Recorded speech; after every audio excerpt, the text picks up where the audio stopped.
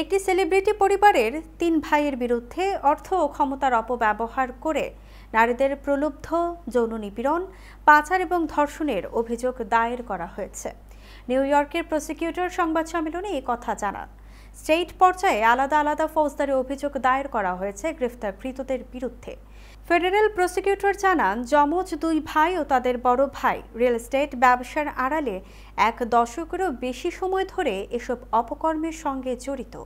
একই সঙ্গে তারা এসব নারীদের বিভিন্ন মাদক সরবরাহ এবং ব্যবহারে বাধ্য করত। ফ্লোরিডার মায়ামি থেকে তাদের গ্রেফতার করা হয়। গ্রেফতারকৃতদের মধ্যে ২ ভাইয়ের নিউ ইয়র্ক সিটির ম্যানহাটন এবং ফ্লোরিডার মায়ামিতে বিলাসবহুল রিয়েল এস্টেটের ব্যবসা রয়েছে।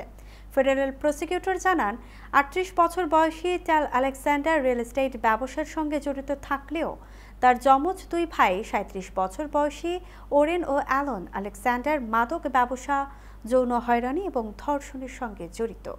প্রসিকিউটর জানান, বিলাসবহুল রিয়েল এস্টেট ফার্মের অফিসিয়াল প্রতিষ্ঠাতা টাল এবং ওরেন আলেকজান্ডার, যার অফিস রয়েছে ম্যানহাটন ও ফ্লোরিডার মায়ামি সহ বিভিন্ন স্থানে।